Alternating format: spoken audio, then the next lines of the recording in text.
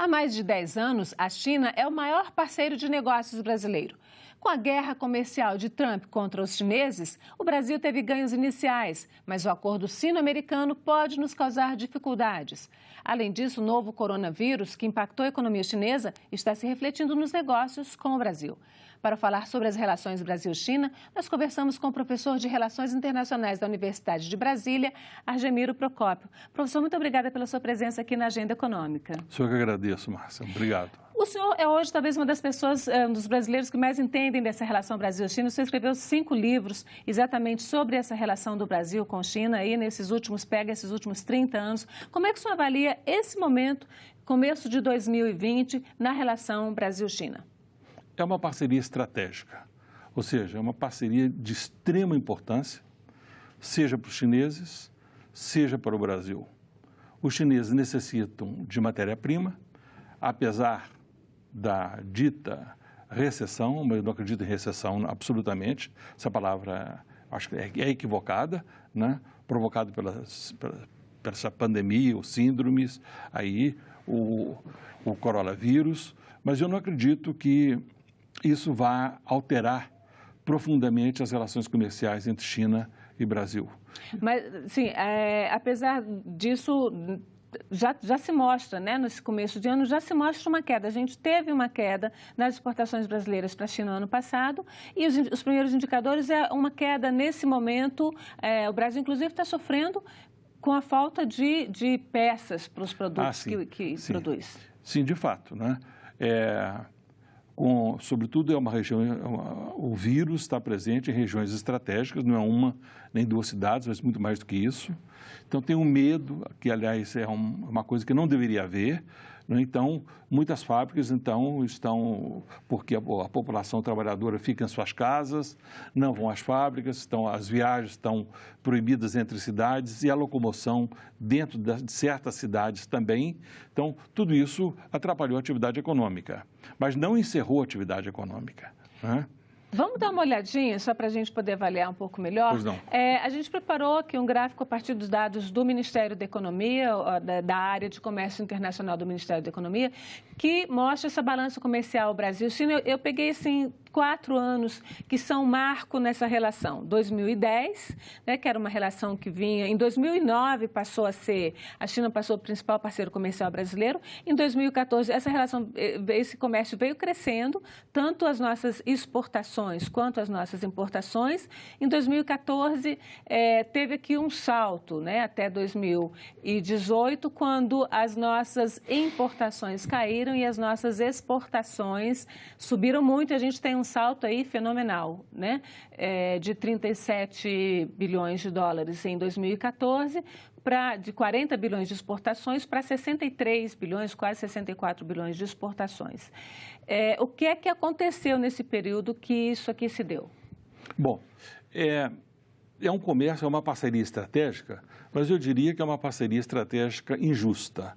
E por quê? Um navio chinês carregado com tecnologia, chips, computadores, máquinas para extrair petróleo, etc., etc., esses produtos com alta tecnologia, um navio com esses produtos custa mais do que 20 navios carregados de minério, de soja, de milho e de carne. Ou seja, a relação desse comércio é muito injusta, eu diria, porque commodities, o valor é sempre muito baixo. Então, o que você está dizendo é que a gente recebe muito, a gente vende muito, uma grande quantidade, a gente realmente vende para eles muito mais do que eles para nós, isso. Mas eles, no fim das contas, eles terminam ganhando. Ganham muito porque são produtos, nós compramos coisas com alto valor e vendemos coisas de baixíssimo valor. Mas, tem um detalhe, é o seguinte, nós podemos ficar sem chips, nós podemos ficar sem máquinas, mas não podemos ficar sem comer. E os chineses, então, dependem muito da soja brasileira, muito recentemente importam também a carne, inclusive por causa desses problemas aí, esses vírus, etc., não é de hoje, mas, por exemplo, exportação de frangos, não é que o Brasil exporta, ou seja, o Brasil é um grande vendedor desses produtos, e milho e outros produtos, inclusive açúcar, outros produtos importantes o Brasil exporta.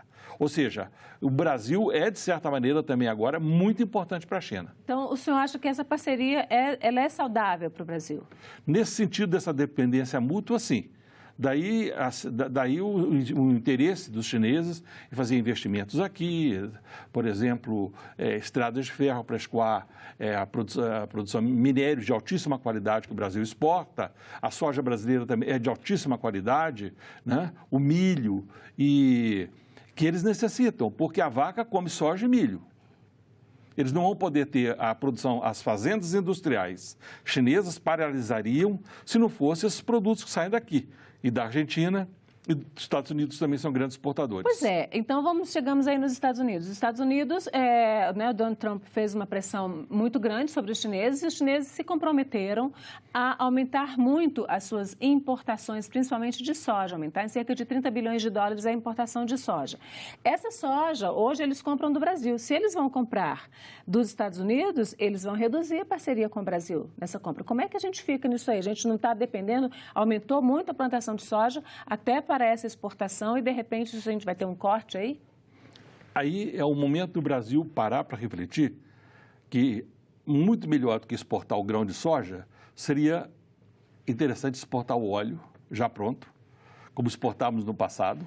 Seria muito mais importante exportar o tofu e os milhares de subprodutos da soja, porque a China é um país que tem uma tradição, excelente tradição culinária, né?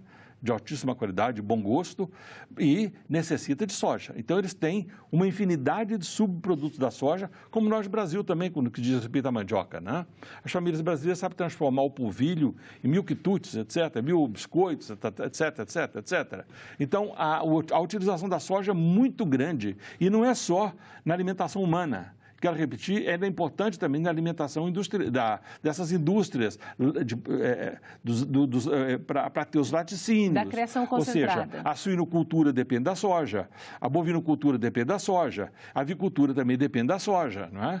Então, a soja é um produto agroalimentar de importância estratégica, e a China sabe disso. Mas o senhor falou aí em o Brasil agregar um pouco de valor nisso que está exportando. Eu queria mostrar aqui um outro gráfico que é exatamente, um comparativo do que a gente exporta e do que a gente importa da China, exatamente pelo que a gente chama de fator agregado, ou seja, quanto trabalho e quanta técnica e tecnologia está embutido naquele produto. Teoricamente, o que a gente exporta, isso aqui são dados atualíssimos do Ministério, a fonte é o Comex-Vis, que é o sistema do Ministério da Economia, que nos dá esses números. A nossa exportação, ela é predominantemente, embora tenha aumentado muito, ela é predominantemente de produtos básicos. Aqui é soja e milho e minério.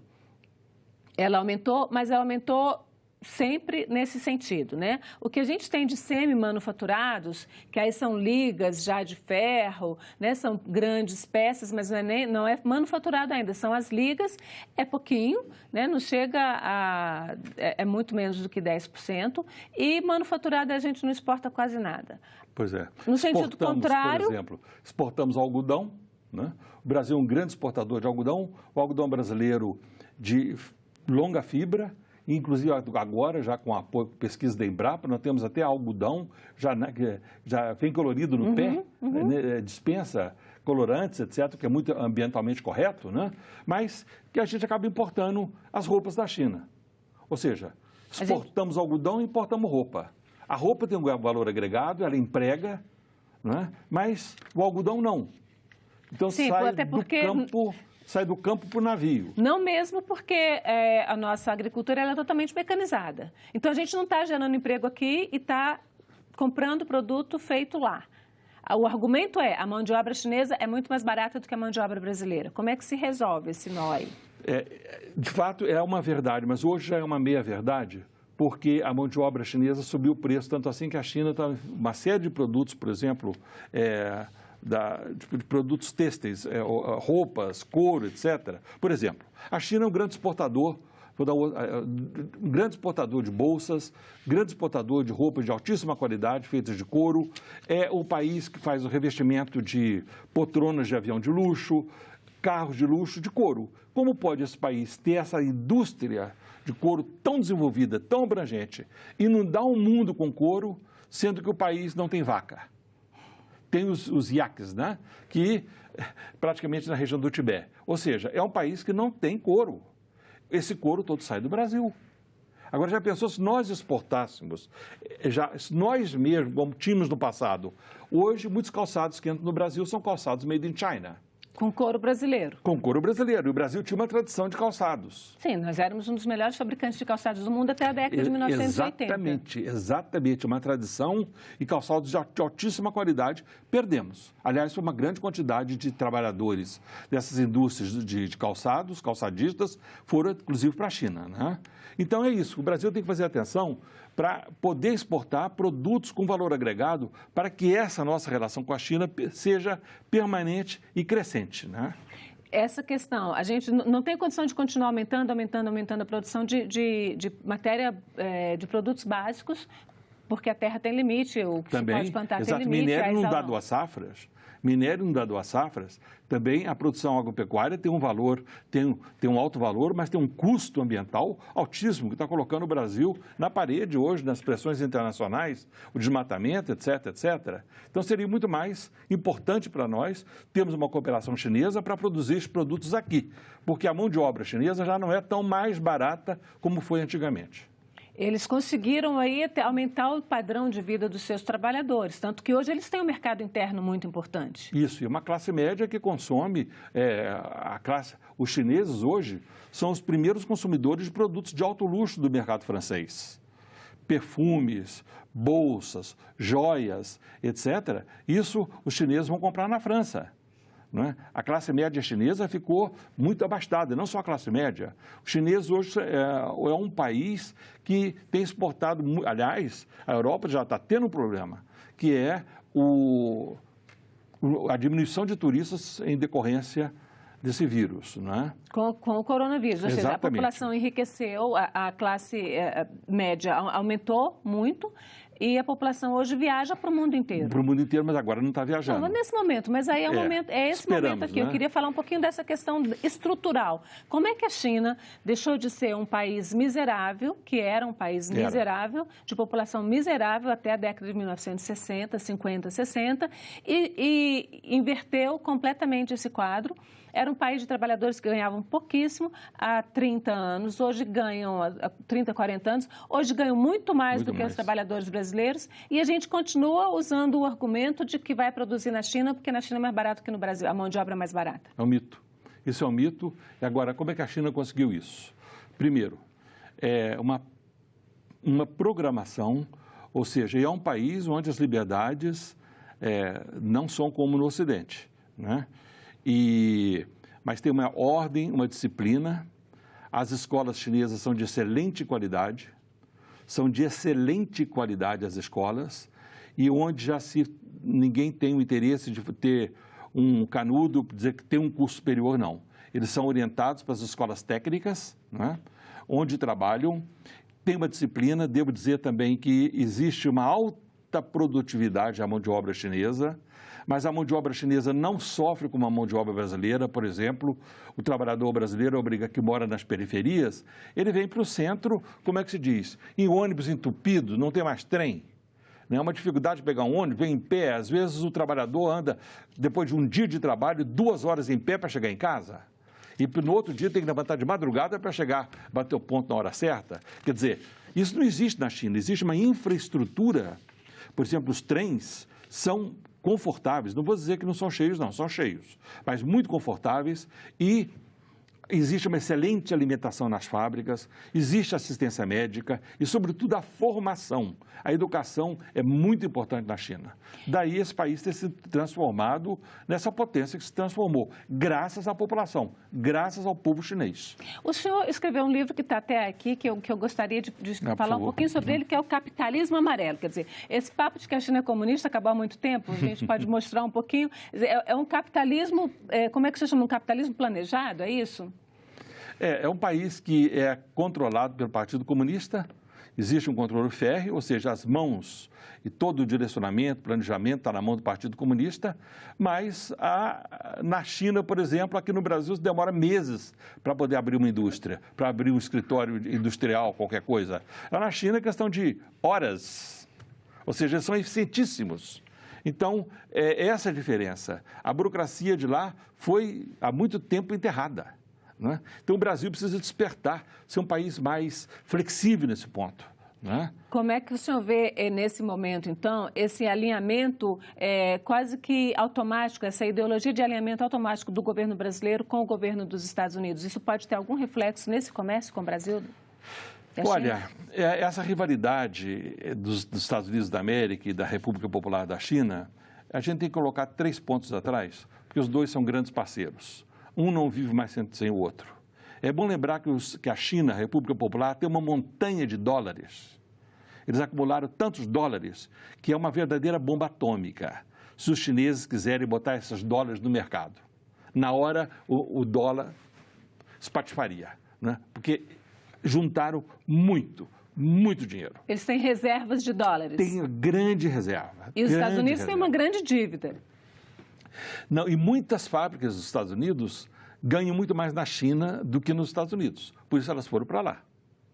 Os Estados Unidos começou com a política aí, claro, o presidente o Trump, ele resolveu botar um freio. Não é? Botar um freio, mas não significa absolutamente que terminou com o comércio. E por isso que eu acredito que essas relações comerciais vão permanecer. E outra coisa, é um comércio também que envolve tecnologia de ponta. Isso Estados Unidos e China? Ah, sim, sim. Inclusive no setor de medicamentos, setor espacial, a China hoje já tem satélites. O Brasil teve no passado uma expressiva cooperação com a China nessa área também. Precisa reforçar essa parceria. Nós tivemos também a própria Embraer, que agora já é da Boeing, não é mais 100% brasileira, mas teve também uma presença na China. Mas essas coisas tinham que ter tido um pulso maior. Eu acho que a diplomacia brasileira, ela adormeceu, ela não acordou na hora certa com relação à China, não é? E os políticos também, nós descobrimos a China muito mais tarde. A Suécia descobriu a China já no período do Mao Tse-tung. Não é? Os Estados Unidos descobriram a China com aquela viagem famosa do Nixon, né? E aquele banquete que o Mao Tse-tung ofereceu para o Nixon e tudo mais. Ou seja, são relações já bem mais antigas e que puderam se estruturar no decorrer do tempo. Mas antes tarde do que nunca, não é? Professor, vamos falar mais para a gente fechar aqui essa questão do comércio, dos produtos, porque é uma coisa bastante curiosa, né? Retomar um pouquinho, né? Eu queria exatamente retomar essa questão aqui. Esse gráfico aqui mostra o que a gente exporta para a China. As nossas exportações, elas são concentradas, voltando nessa questão do comércio. 32% do nosso produto de exportação é soja, né? Exato, isso aqui é soja. Soja em grão, nem mais moída, nem mais farela, soja em grão. Grão mesmo, né? 24% é óleo bruto, né? Petróleo. Isso. Bruto mesmo, eles refinam e às vezes lá. Importamos alguns derivados. Importamos derivados. Aqui, minério, 4% de carne bovina e o restante está aqui, e aqui é papel e celulose. Isso. Então, se cortar, se der um problema na soja brasileira, a gente está em maus lençóis, porque não vai ter como exportar, ou se eles aumentarem muito a importação norte-americana, esse pedaço aqui do agronegócio vai ficar mal. Isso as exportações oficiais. Isso as oficiais. Não vamos falar nas exportações não oficiais. Ou seja, a China é um país que não tem floresta praticamente, não tem madeira e é um grande exportador de móveis e design de alta qualidade. Agora, se fizermos um DNA de onde saiu essa madeirinha... É madeira contrabandeada brasileira? Grande pau, um bom, sim senhora. Esse é o problema. E outra coisa, pedras preciosas, né? Que nós aqui achamos que pedras preciosas é para fazer belos anéis e tudo mais. Desde que caiu aquele avião espião americano na Iugoslávia, se descobriu que o avião era recoberto de pó de safira. Por isso era invisível. Exatamente, mas a safira, então, não é utilizada só para atividades, como é que se diz, de bijuteria ou anel de muito bom gosto, joias, não. Grande parte dessas pedras preciosas são utilizadas também em atividades industriais de alta tecnologia. E o Brasil, que era o maior produtor mundial, isso não dá duas safras, só dá uma vez na vida, maior produtor. Aqui se encontravam uma quantidade, com exceção do diamante, o Brasil era o celeiro do mundo de pedras preciosas. Essas pedras preciosas, hoje, algumas delas, se o Brasil precisar, precisa importar da China. Como saíram daqui? Tem algum dado? A China comprou e estocou? Não, não comprou. Foi um contrabando oficial que chegou lá. Então, tem que saber também, nesse comércio, tem uma relação aí muito... que o Brasil podia ter uma cooperação muito maior com a China para frear esse contrabando. Da mesma maneira, roupas e uma série de produtos que chegam aqui, invadem metade de São Paulo, como é que chama aquela rua? 25 de março. 25 de março, né? Só 25 de março tem mais produtos do que rezam as estatísticas. Vamos pegar, então, aqui o que eles nos vendem, que é aquele lado de lá, né? Aquela primeira parte ali que eles chamam de outros produtos manufaturados, que é exatamente entre aí a roupa, o brinquedo, essa quinquilharia, esse monte de coisinha, são 10% brinquedos? Você das acabou de falar de Sim, brinquedos? sim. Mas bom remarque seu, Antônia, porque mostra que a China é muito mais importante para nós do que nós pensamos e o Brasil é muito mais importante para a China do que normalmente se declara. Por conta dessa indústria toda? Por causa do mercado negro. Mercado negro? Esse mercado negro, essa indústria, essas exportações paralelas, sem estatística. Mas aí como é que entra o papel do governo brasileiro? Aí é uma falha na atuação do governo brasileiro. Bom, nós sabemos que não é de hoje, as fronteiras brasileiras são um queijo suíço. São enormes fronteiras de pouca vigilância, ou seja, o Brasil tinha que ter mais apreço, inclusive. E os portos também, né? Porque isso chega de navio. Meu Deus, né? Então, os contêineres aí, o que é liberado, o que não é liberado, nós temos que ter mais, desculpa, não é um patriotismo não, mas maior amor à pátria e respeito, né? Respeito aí ao próprio país. Então, o Brasil precisa ser muito mais vigilante, a população precisa cooperar, não achar que só é uma atividade também de Polícia Federal, não.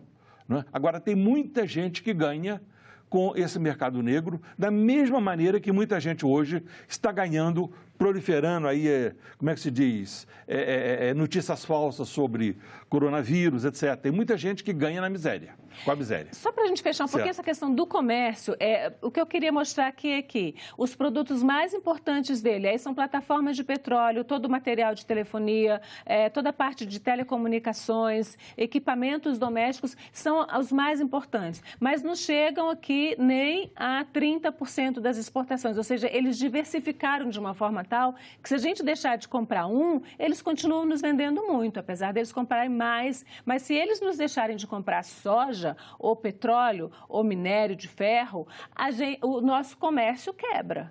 O nosso comércio vai ter enormes dificuldades. Por isso que eu falei, 20 navios com ali esses produtos, minério, soja, os 24%, o que são mesmo ali? Petróleo. Petróleo, depois carne e celulose. Isso vale um navio com essa alta tecnologia aqui, computadores, peças para exploração do petróleo, maquinaria, etc, etc. Isso tem muito maior, um valor agregado é muito maior. Agora, os chineses estão interessados em investir muito no Brasil, né? Eles já compraram... A França diz que a França hoje é praticamente chinesa, eles têm uma quantidade enorme, né, de propriedades e de instalações nos Estados Unidos também, né? E aí daí vem um pouco dessa birra do Donald Trump. Eles estão muito interessados em investir no Brasil. O que é que a gente pode ganhar com esse investimento chinês? O Brasil podia ganhar muito, mas temos que fazer atenção. No período colonial, ou inclusive no café, no período do café, já a República e Império, né? Todas as estradas de ferro saíam da produção do café diretamente para os portos. Ou seja, então as grandes empresas importadoras de café punham aí as famosas linhas férreas, né? Com Leopoldina, enfim, eram tantas, né? Não me lembro aqui agora de nome, a Rede Mineira Aviação e tudo mais, de capital estrangeiro. Era para levar o produto para o porto e não trazia benefício nenhum. Então, é uma outra coisa. Por exemplo, quais são os maiores exportadores de café que mais recebem? Quais os países que mais ganham com café no mundo hoje? A gente sabe que é a Itália, que não produz um grão de café. A gente sabe que é a Alemanha. Né? Então, nós exportamos o café no saco, como no período da República, como ainda no período do Império. Se a gente transformasse o café, por exemplo, nessa infinidade de café solúvel, como faz a Nestlé Suíça, etc., nós precisaríamos agregar valor ao café que nós exportamos. Como fazer isso hoje com o que a gente tem aqui, que tem café, mas tem muitas outras coisas, e não cair nesse mesmo erro? Tecnologia nós temos. que o Brasil já exportava café solúvel, inclusive para a União Soviética, já nos anos 60, 70, com uma famosa fábrica até na região de Varginha, sul de Minas Gerais. Tecnologia existe e o Brasil sabe fazer excelentes produtos à base do café. O que precisa é coragem civil. Professor, muito obrigada pela sua presença aqui na Agenda Econômica. Sou eu que agradeço e fico muito satisfeito em poder conversar um pouco com o telespectador sobre esse importante relacionamento, que é o relacionamento Brasil-China, e mostrar que nós temos também muito a ganhar, mas precisamos fazer algumas modificações estratégicas. Obrigada. E agradeço também a você que nos acompanhou. Para rever ou indicar este programa para alguém, acesse senado.leg.br/TV ou diretamente o canal YouTube/TV Senado. Fale com a gente pelo telefone 0800 61 2211 ou pelo e-mail agendaeconomica@senado.leg.br. Até a próxima agenda.